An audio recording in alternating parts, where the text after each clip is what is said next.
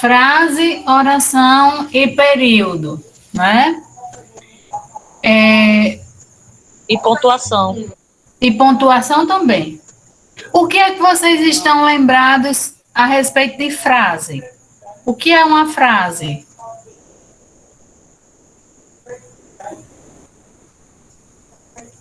Lembra, gente? Ixi, tá na ponta da língua. Pois deixe sair. Vai que Eu acho que é um amaranhado de palavras, né, com sentido completo, né? Que não que eu acho que é. Ou uma só palavra que tenha sentido, não é? É. É isso aí. E oração? Ai, É um conjunto de frases. oração. E pontuação? É necessário que num texto haja pontuação para manter a coerência e a coesão? Sim. É Sim, né? Com certeza.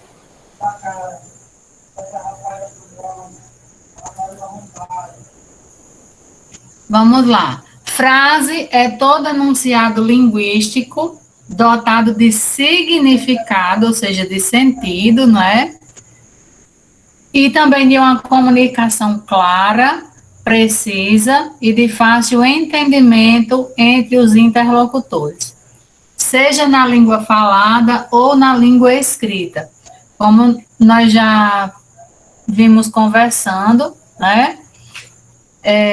A linguagem ela pode ser falada ou pode ser escrita, o texto pode ser falado ou escrito, e essa frase ela pode ser nominal ou verbal. A frase nominal é aquela que só vai ter nomes. Por exemplo, se eu digo que dia maravilhoso, né? Nessa frase eu não tenho verbos, eu só tenho nomes. E a frase verbal, como a palavra já diz, é aquela que possui um verbo. Silêncio, belo serviço o seu.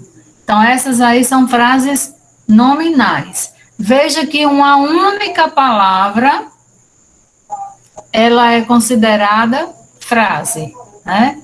Então, Célia, não podemos dizer que é um emaranhado de palavras, né? Concorda? Concorda. Porque uma só palavra é considerada frase. Porque no sentido, quando eu falei uma frase que desse, um monte de palavras que desse sentido a uma frase só, mas realmente percebe-se que não é só um emaranhado de palavras. Isso. A frase verbal, né, é aquela que contém um verbo, como eu já disse, e o exemplo é: os casais saíram para jantar. E o verbo aí está em negrito, né, que é saíram, vem do verbo sair. Então, a frase pode ser nominal e pode ser verbal. As frases, elas podem ser interrogativas, exclamativas, declarativas ou imperativas.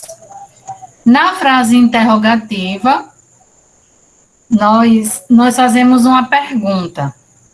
Na frase exclamativa, nós expressamos um sentimento.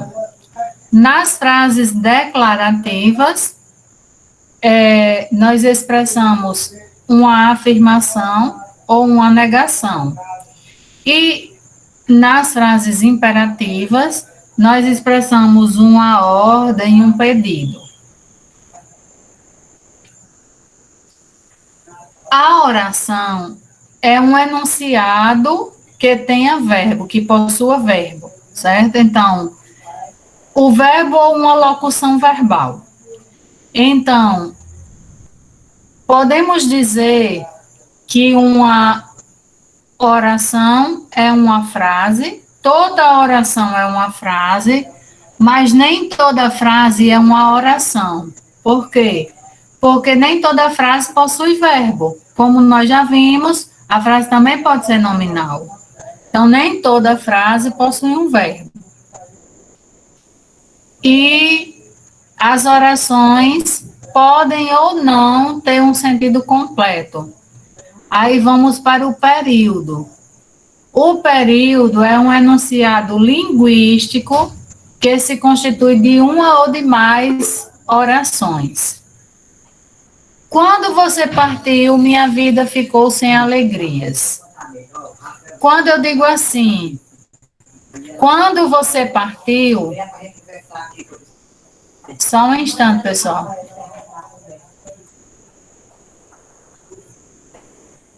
Só um instante.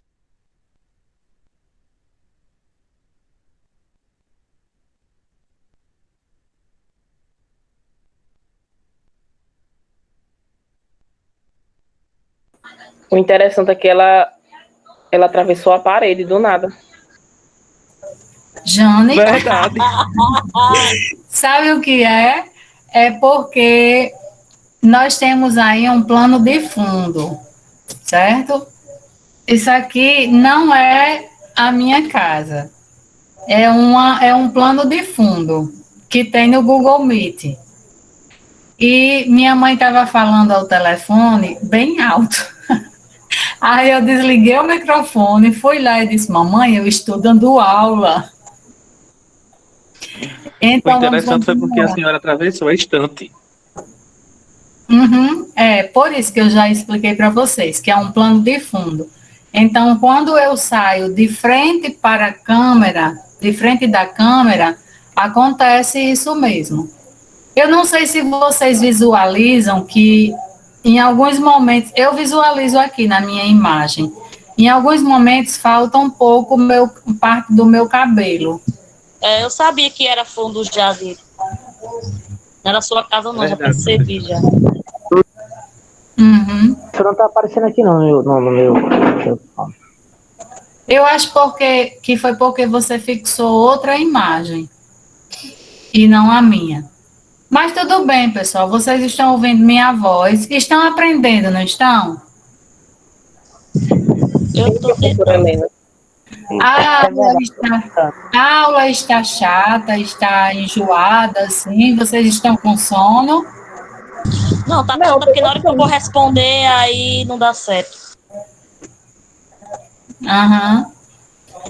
Então, o período é um enunciado que se constitui de uma ou mais orações. E ele pode ter sentido ou não, né? As orações, elas podem ter sentido ou não. Se eu disser apenas nesse exemplo, se eu disser apenas quando você partiu, vocês não vai se tornar uma frase sem sentido, né? Vocês não vou passar a comunicação para vocês. Mas se eu disser minha vida ficou sem alegrias, e aí vai ter sentido completo, né? Então um período ele precisa ter esse sentido completo, né? Algumas frases, algumas orações, elas são independentes. Outras são dependentes. No caso dessa, quando você partiu, ela é uma oração dependente, porque ela não tem um sentido completo.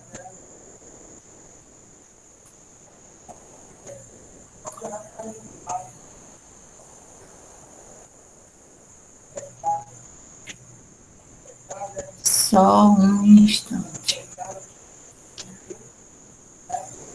No período composto, né, o período ele pode ser simples e composto. Ele é simples quando ele só tem uma oração. E ele é composto quando ele tem mais de uma oração. E esse período composto, ele pode trazer orações coordenadas e orações subordinadas. As orações coordenadas, elas são independentes, ou seja, elas são autônomas, né? E as subordinadas são aquelas que exercem uma função sintática sobre a outra, ou seja, uma depende da outra.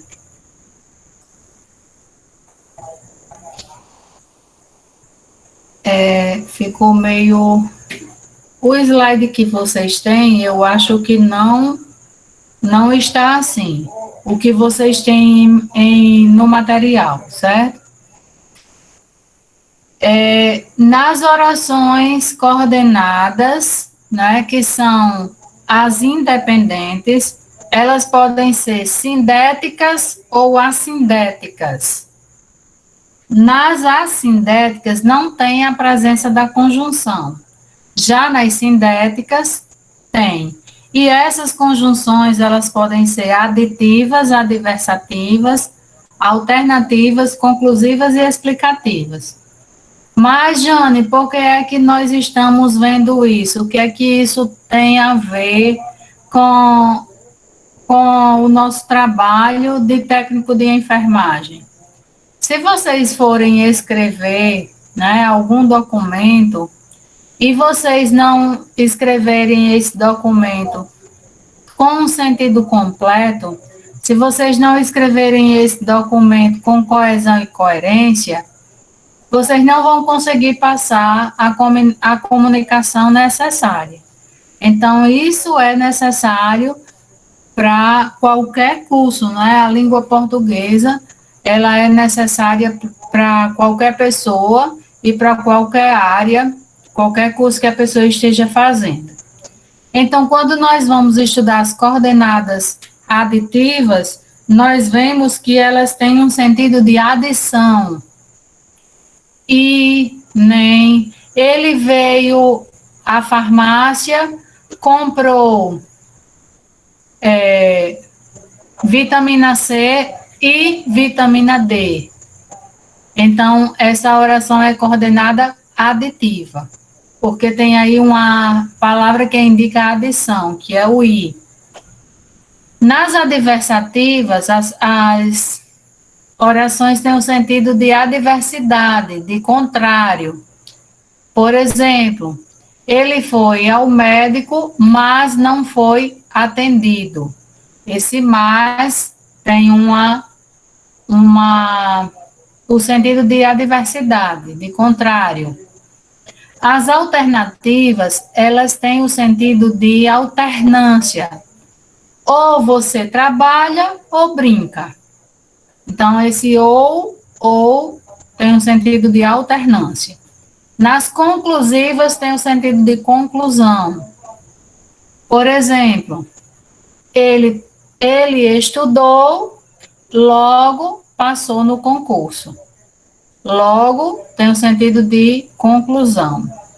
E as explicativas têm o sentido de explicação. Por exemplo, ele não foi aprovado no concurso porque não estudou. Então, aí o sentido é de explicação. Já as subordinadas, elas são dependentes, elas são orações dependentes, porque uma tem sentido incompleto e a outra é quem vai completar esse sentido. Podemos comparar, o que é subordinado? Você é subordinado ao seu patrão, por exemplo. Então, você depende do seu patrão. Então, assim acontece com as orações, né? E ela pode ser formada por mais de 2 orações, 2 verbos, 2 orações. Você pode contar os verbos que tiver e você vai encontrar o número de orações que tem nesse período composto por subordinação. As orações subordinadas, elas podem ser substantivas, adjetivas ou adverbiais, certo? Na oração substantiva, ela tem a função de sujeito, de objeto direto, de objeto indireto, de complemento nominal, de predicativo e de aposto. As adjetivas, elas têm o sentido de explicativo e o sentido de restritivo. E já nas adverbiais, elas têm o sentido de causa, de consequência, de fim, de tempo, de condição, de concessão, que também é a diversidade, de comparação, de conformidade ou de proporção. É muita coisa para relembrar, não é, gente? É verdade, professora. Tem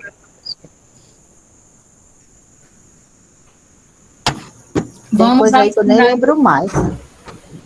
É verdade, isso era faz 18 Pois não é? Gente, mas vocês leiam para relembrar, estudem. Não, eu tô me Vejam, lembrando do primário já. vejam videoaulas no YouTube, tem muitas e boas, certo?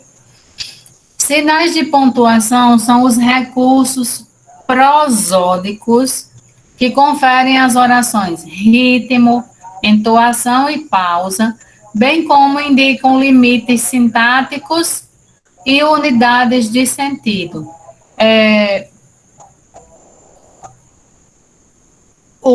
A questão da entoação na voz, né? Na fala, nós temos a entoação. Já na escrita, o que vai representar essa entoação são os sinais de pontuação. Porque eu digo assim: você foi ao restaurante ontem? Vocês estão percebendo que eu estou fazendo uma pergunta. Mas se lá no WhatsApp eu colocar para Luzia, você foi ao restaurante ontem, e eu não colocar nenhum sinal de pontuação, ela não vai saber se eu estou perguntando ou se eu estou afirmando. Então, o que representa na escrita a nossa entoação é a questão da pontuação. E essa pontuação substitui, em parte, o papel desempenhado pelos gestos na fala, garantindo coesão, coerência e boa compreensão da informação transmitida, certo? Então, é necessário aprender sobre os sinais de pontuação e utilizá-lo na escrita. O ponto final pode ser usado para indicar uma frase declarativa. A frase declarativa, como eu falei para vocês, pode ser afirmativa ou negativa. Por exemplo, acho que Pedro está gostando de você. Serve para separar períodos e abreviar palavras. Ela vai estudar mais tempo, ainda é cedo. E na abreviação de Vossa Excelência, Vossa Eminência, dos pronomes de tratamento. Ou qualquer outra abreviatura. Os 2 pontos, ele deve ser usado com a finalidade de iniciar uma fala de personagem, anteceder apostos ou orações apositivas, enumerações ou sequência de palavras que explicam ou resumem ideias anteriores. Por exemplo, esse é o problema dessa geração. Tem liberdade, mas não tem responsabilidade. Então, os 2 pontos aqui serviu para separar essa oração apositiva, que explica ou resume uma ideia. Então, no caso, o aposto é uma explicação ou uma enumeração. As reticências, que são esses 3 pontinhos, usa-se para indicar dúvidas ou hesitação, interromper uma frase incompleta sintaticamente, concluir uma frase gramaticalmente incompleta, com a intenção de estender a reflexão e suprir palavras em uma transcrição. Por exemplo, a questão da... Passei demais. Quando eu digo, você foi à festa, e na hora que eu estou falando algo para alguém ou escrevendo, né, eu interrompo essa frase. Eu hesito em falar alguma coisa. Então, eu vou escrever, colocar as reticências nesse lugar. Os parênteses, né, que aí vocês veem o exemplo, eles são usados para isolar palavras, certo, gente? Não é para solar, não, é para isolar palavras, frases intercaladas de caráter explicativo, datas e também podem substituir a vírgula ou travessão. O ponto de exclamação é usado em final de frases imperativas, né? E após a interjeição. As frases imperativas são aquelas frases que indicam um pedido ou uma ordem, e as interjeições são aquelas que é uma classe de palavra que vai indicar um desejo, uma dor. Por exemplo, entendi. Esse A que é escrito AH, ele é uma interjeição. Quando eu digo, que pena, OH é uma interjeição. Então, o ponto de exclamação é utilizado após as interjeições. E também após as palavras ou frases que têm um caráter emotivo ou expressivo. Que maravilha! Que dia ensolarado! Então, eu vou utilizar o ponto de exclamação. O ponto e vírgula, ele vai ser utilizado em frases, né, em períodos em que já foi separado por vírgula. Tem uma sequência e já foi separado por vírgula, então utiliza-se um ponto e vírgula. O travessão, ele é utilizado para indicar ou iniciar a fala de um personagem, né? E a troca de personagens também no discurso direto. Serve também para indicar a mudança do interlocutor nos diálogos.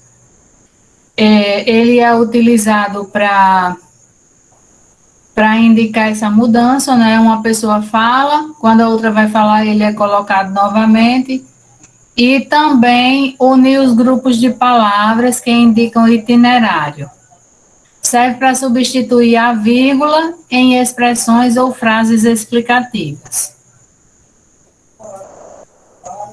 As aspas, que são esses dois tracinhos, né, colocados no início e no final. Só tá cortando.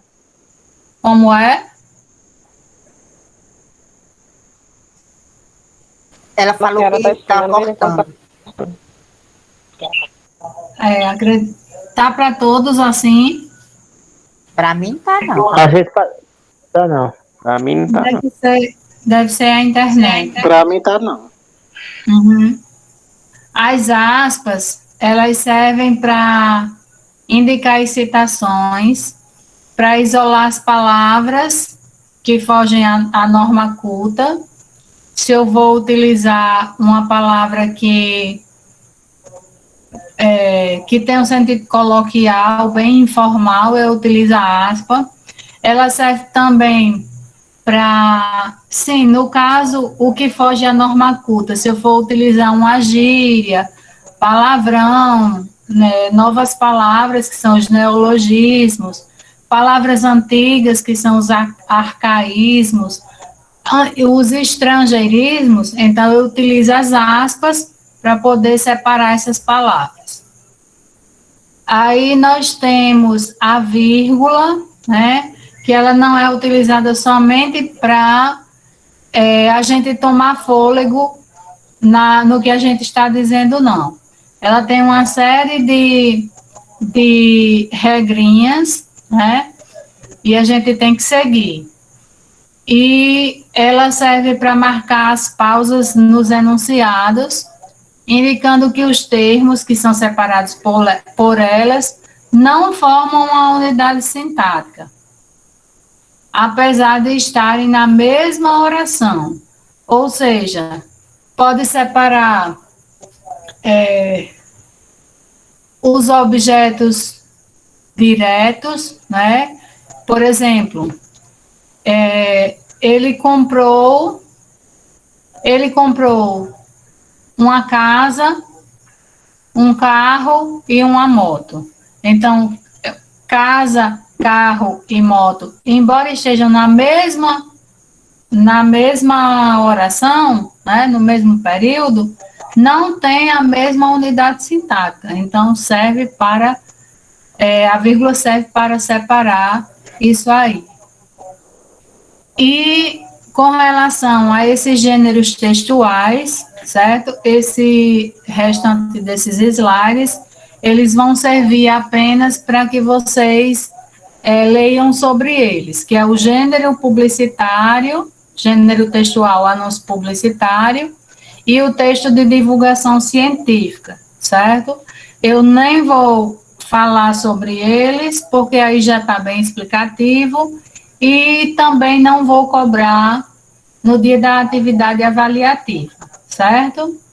É só para a gente seguir mais adiante, porque tem outro material e o tempo já está bem na frente. Faltam 6 minutos para 9 horas, então a gente vai seguir com outro material, ok? Alguma pergunta sobre o que já foi visto?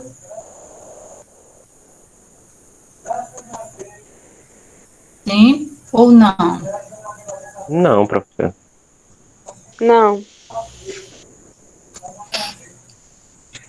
Então, vamos lá para o material Concepções da Linguagem. Eu hoje enviei, né, para o grupo em PDF, para vocês terem um melhor acesso.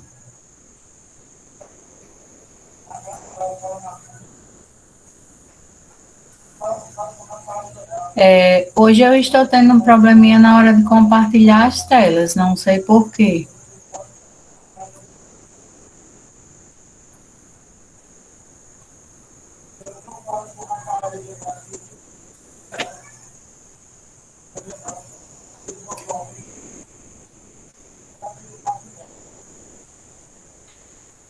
Está carregando aí.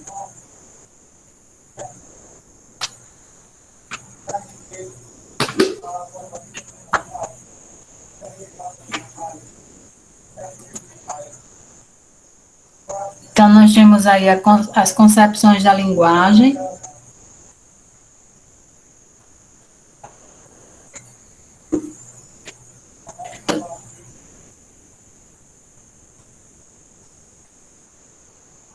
Eu só peço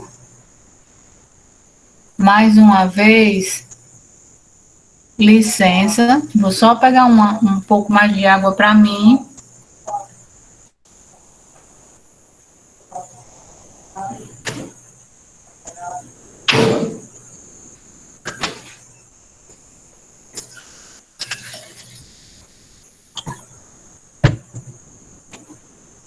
A aula, assim, de forma remota, ela é bem mais cansativa para o professor, porque o professor não para de falar, né?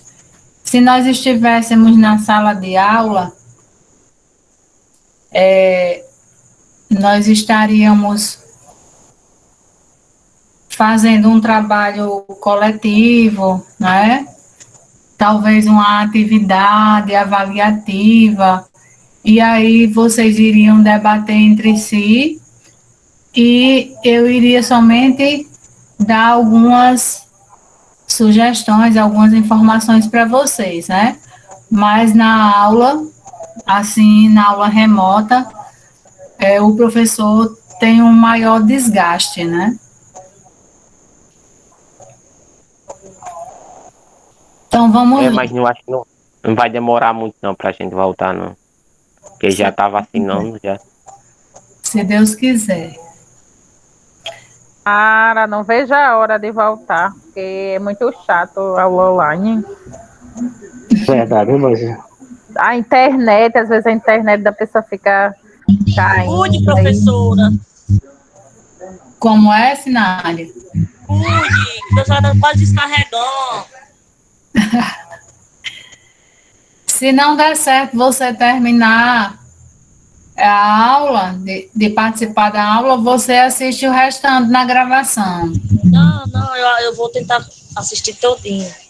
Ok. A linguagem, né? Quando nós falamos em concepções da linguagem, nós precisamos saber o que é primeiro a linguagem, né? Então, a linguagem é um sistema de signos que permitem construir uma interpretação da realidade através dos sons, das letras, das cores, das imagens, dos gestos. Então, tudo isso é linguagem, né? Como já foi dito, nós tanto falamos quanto lemos ou escrevemos, né? Os textos eles podem ser orais e podem ser escritos. Então, isso aí, esse sistema de signo, permite construir essa interpretação. No nosso dia a dia, convivemos com diferentes linguagens. Por exemplo, as línguas naturais, né, que são o inglês, o francês, o português, o russo, o guarani, e a pintura, a dança, a música, os sistemas gestuais, né? No caso, os quadrinhos, certo? Que são sistemas de signos particulares.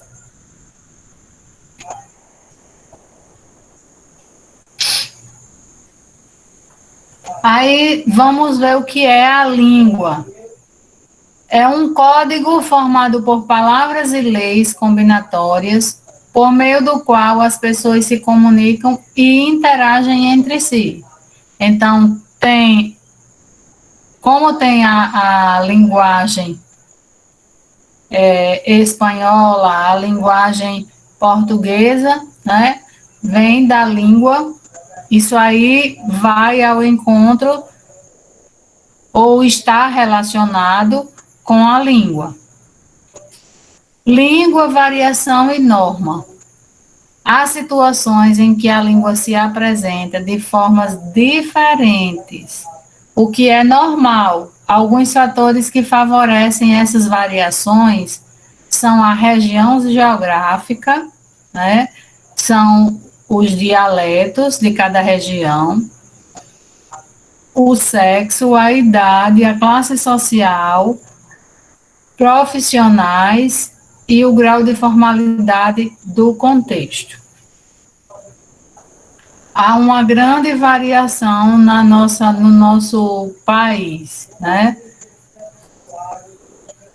A expressão literária e a não literária. O que eu já trabalhei com vocês, né, que é a questão da denotação e da conotação. Na denotação, o significado é restrito.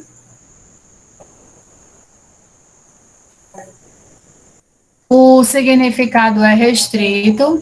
A palavra tem o sentido comum do dicionário, né, o significado do dicionário, e ela é usada de modo automatizado com uma linguagem comum. Já a conotação, a significação da palavra é ampla, os sentidos extrapolam o sentido comum, a palavra é usada de modo criativo ou também imaginário, e ela é rica e expressiva, né? Então, denotação, sentido real, e conotação, sentido imaginário. Quem dera que sintas as dores de amores que louco senti. Esse exemplo é de uma linguagem conotativa, né? E ela é chamada de linguagem literária. A conotação ela vai estar presente mais na linguagem literária. Já a denotação, o que foi que houve? Já a denotação, né? A educação, principalmente na infância, determina as oportunidades que os cidadãos terão para garantir o futuro. Está sendo usada aí a linguagem denotativa, porque ela é conhecida como não literária, e também essas palavras têm um sentido real, têm uma significação do dicionário. Os tipos de linguagem, que são a linguagem verbal e a não verbal. Na linguagem verbal, acontece aí o uso da palavra, né? O uso da escrita ou da fala como meio de comunicação. Já na linguagem não verbal, nós não vamos utilizar a palavra, vamos utilizar imagens, figuras, desenhos, símbolos. Podemos nos expressar de modo não verbal, também utilizando a dança, o tom de voz, a postura corporal, pintura, música, mímica, escultura, todos os tipos de gestos. Então, no caso do surdo, ele não usa a linguagem verbal, né, porque ele não fala, ele usa somente a linguagem não verbal.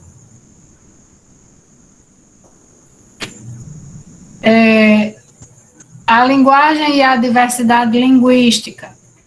Nenhuma língua é homogênea, né? Ou seja, ela não se mistura.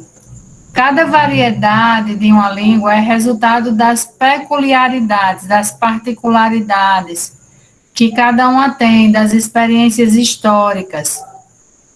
Do ponto de vista exclusivamente linguístico, todas as variedades de uma língua se equivalem e não há como diferenciá-las em termos de melhor ou pior, de certa ou errada, né? O que acontece é dizer que, linguisticamente falando, é dizer que algo está adequado ou inadequado. Não se diz que está errado ou certo. E a diferença de valoração dessas variedades é um fato exclusivamente social. As línguas, elas mudam constantemente no tempo. Por exemplo, o que se chamava de alpargata, antigamente, hoje é sandália, né, chinelo. O que se chamava de califão, hoje é sutiã, e assim sucessivamente. A língua varia conforme a região em que ela é falada. Por exemplo, aqui a gente chama macaxeira, lá no sul é aipim. A língua reflete as diferenças socioeconômicas e culturais.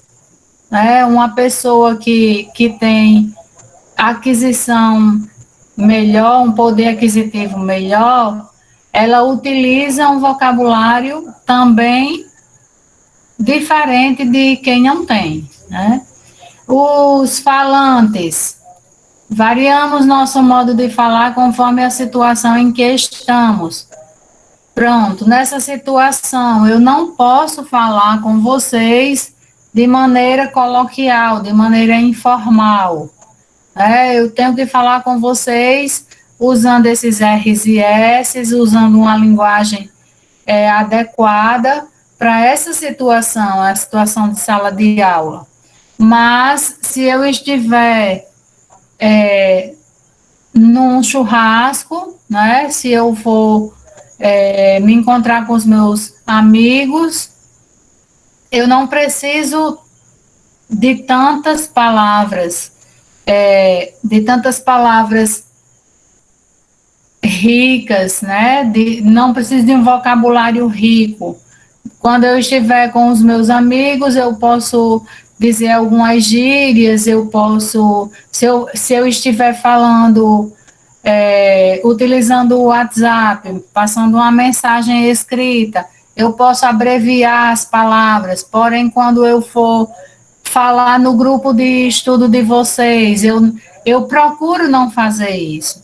Então, são as situações que nós estamos vivenciando que vai variar o modo de falarmos, né? Às vezes aqui, eu já ouvi muito aqui na minha casa, quando nós estamos em família, dizer assim: ah, você é professora de português, então você tem que falar certo. Eu não sou obrigada a falar certo em qualquer lugar que eu esteja, né? Depende da situação. Não há lei contra o preconceito linguístico. Além disso, ele é estimulado diariamente na mídia e na prática pedagógica. Quem disse isso foi Marcos Bagno, né? Realmente, há muitos preconceitos linguísticos, né? Então, como não há lei para isso, ele é estimulado diariamente. A escrita da internet, né? Veja que a palavra escrita, ela foi bem modificada. Estudos linguístico-discursivos procuram mostrar que o internetês não é mera reprodução da fala na escrita, mas sim uma forma de aproximação entre os falantes. Então, nós que estamos utilizando a internet, temos essa forma diferente de falar uns com os outros, né? E de escrever, e isso vai aproximando as pessoas que utilizam esse meio de comunicação. Então, vamos ver. Língua e linguagem, linguagem, comunicação e interação. A comunicação ocorre quando interagimos com outras pessoas, utilizando a linguagem, sendo esta verbal, que é a linguagem da palavra, a não verbal, que é a questão dos gestos, movimentos e expressões corporais, outras mistas e digitais. Os interlocutores. Quem são os interlocutores em um discurso? São as pessoas que participam desse processo de interação. Então, nós somos os interlocutores nessa situação, né? Agora eu estou falando, então eu estou sendo o emissor e vocês os receptores. Quando eu me calo para vocês falarem, vocês são os emissores e eu sou o receptor. Então, somos interlocutores nesse discurso. O código é um conjunto de sinais convencionados socialmente para a construção e a transmissão das mensagens. Convencionou-se, né, que esse objeto que eu estou utilizando iria chamar notebook, né? E aí continuou sendo chamado socialmente por notebook. Esse é o código, né? Que é esse conjunto de sinais convencionados. A língua é um código linguístico social formado por signos, que são as palavras, e leis combinatórias, por meio do qual as pessoas se comunicam. E uma observação que nós temos aí é o idioma, que são as normas linguísticas coletivas nacionais. Então, o nosso idioma é o português, e temos 7 países do mundo falando língua portuguesa. Tem o inglês, tem o espanhol, o francês, e assim sucessivamente. O dialeto, que são as normas coletivas regionais e que cada lugar tem os seus, né? Como eu já falei, com relação à palavra macaxeira, aqui no Nordeste a gente usa a palavra macaxeira, mas lá no Sul é aipim. Os registros que são as variações de acordo com o grau de formalismo na situação, oral ou escrito, a sintonia entre os interlocutores, cortesia, vocabulários específicos. A fala, que são as normas linguísticas, ela não é planejada, fragmentária, ela é incompleta, pouco elaborada e tem a predominância de frases curtas, simples ou coordenadas, que são aquelas que eu já falei, que são independentes. E tem também o pouco uso da voz passiva. Só lembrando as vozes do verbo, tem a ativa, a passiva e a reflexiva. Na voz ativa, o sujeito pratica a ação. Por exemplo, eu abri a porta. Na passiva, o sujeito sofre a ação. Por exemplo, a porta foi aberta por mim. E na voz reflexiva, o sujeito pratica e sofre a ação ao mesmo tempo. Por exemplo, cortei-me com a faca. Olhei-me no espelho, ou seja, eu olhei, pratiquei a ação e me vi, sofri a ação. Então, essa é a voz reflexiva. A escrita, né? A diferença entre fala e escrita. A escrita é diferente da fala, pois ela já é planejada, não fragmentária, ela é completa e elaborada e tem a predominância de frases complexas, com o uso da subordinação. Também tem o emprego frequente de passivas. Eu não utilizo muito a linguagem ativa, né? Uso mais a passiva. Os níveis da língua, por exemplo, as diferenças no uso da língua, que constituem as variedades linguísticas, são, portanto, as variações de uma língua, de acordo com as condições sociais, culturais, regionais e históricas em que é utilizada. Entre as variedades de uma língua, tem a língua padrão, que é a linguagem culta, que é a linguagem formal, a linguagem gramaticalmente correta, vamos dizer assim, e adequada, e a linguagem não padrão, que é a coloquial, né? A popular, a informal, a linguagem técnica, a literária, as gírias e o jargão. E finalizamos. Agora eu quero que vocês participem.